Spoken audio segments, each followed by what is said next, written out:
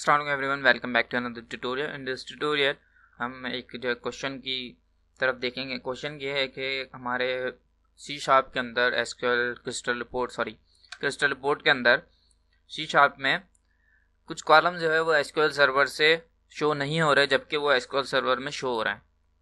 ठीक है, तो यहाँ पे हमारे पास एसक्यूएल में मैंने एक डेटाबेस क्रिएट करा हुआ है।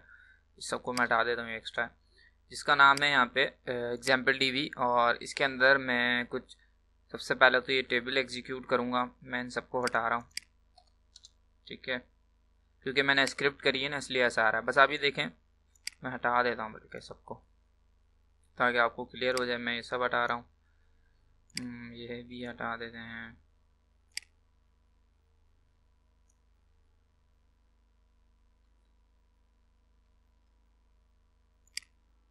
ये सब भी हटा रहा हूँ मैं अभी।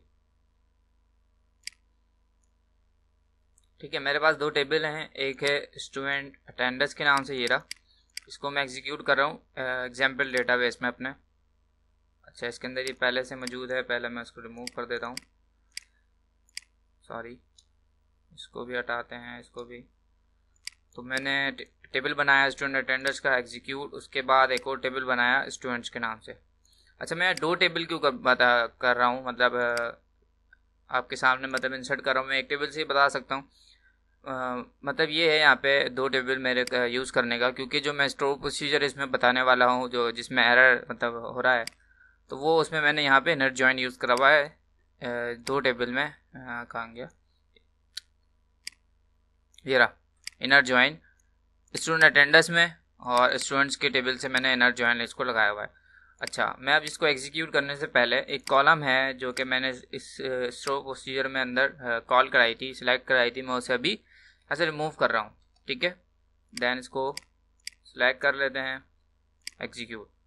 ठीक है, स्टोर प्रोसीजर भी हो गया, टेबल्स भी हो गए हमारे। अब हम चलते हैं रिपोर्ट की तरफ। मैं यहाँ से अपने प्रोजेक्ट में एक न्यू रिपोर्ट इंसर्ट करा रहा हूँ, क्रिस्टल रिपोर्ट ऐड।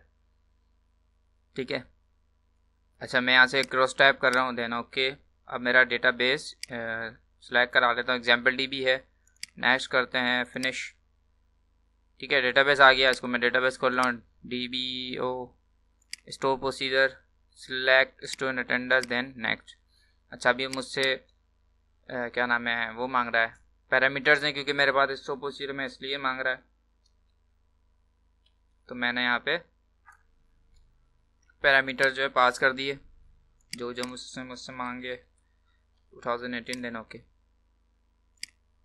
ठीक है, तो हमारे पास यहाँ पे हमारा जो स्टोर प्रोसीजर है वो आ चुका है, देन नेक्स्ट। अभी हमारे पास जो है कॉलम्स आ रहे हैं सारे। ठीक है, अब आप देख रहे होंगे यहाँ पे एक कॉलम नहीं आया डेट का, जो कि मैंने वहाँ से रिमूव करी थी। मैंने यहाँ से एक रिमूव करा था डेट का, तो वो कॉलम यहाँ पे मेरे पास नहीं आया। सॉरी, ये कॉलम मेरे पास नहीं आया। अब मैं क्या करने वाला हूँ, मैं अभी एग्जाम्पल ही मैं सबसे पहले तो रो ऐड करा रहा हूँ यहाँ पे, देन अटेंडेंस शो करा रहा हूँ। अच्छा, ये पूरा काम मैं कर चुका हूँ, तो इसलिए मैं जल्दी जल्दी यहाँ से मूड, then next, then next, then finish. तो ये आपकी रिपोर्ट बन गई।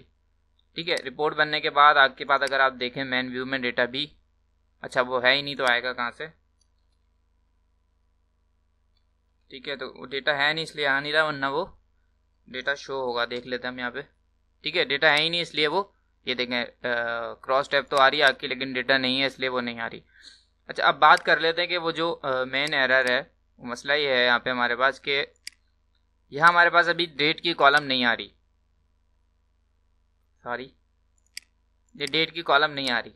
और मैं यहाँ से बाद में कंट्रोल Z कर लेता हूँ। डेट की कॉलम मैंने मतलब सिलेक्ट करवाई बाद में। पहले मैंने क्रिस्टल बोर्ड बना ली, फिर मैं बाद में मतलब यहाँ पे कॉलम ऐड करा रहा हूँ। और देन मैं इसको अल्टर यहाँ से कर देता हूँ, देन एग्जीक्यूट। ठीक है, अब मैंने एसक्यूएल सर्वर में तो एग्जीक्यूट कर दिया, उसे अपडेट कर दिया। अब मैं सिलेक्ट करवाऊंगा ना, अगर यहाँ पैरामीटर पास करूँ मैं इसको तीनों और करूँ, तो हमारी ये वाली डेट की जो कॉलम अभी अभी हमने इंसर्ट कराई है, अपडेट कराई है, वो शो होगी एसक्यूएल सर्वर में। लेकिन मैं इसको यहाँ से रीस्टार्ट कर लूँ प्रोजेक्ट को, मतलब हमारा जो भी है प्रोजेक्ट वगैरह, उसको रीस्टार्ट कर लो, सिस्टम रीस्टार्ट कर लो, तब भी वो यहाँ पे नहीं आएगी। तो हमें यहाँ पे करना ही होगा कि आप जाएंगे यहाँ से अपडेट में। ठीक है, इसको वेरीफाइड डेटाबेस भी कर सकते हैं आप, अगर पैरामीटर हैं तो आपको पैरामीटर देने पड़ेंगे।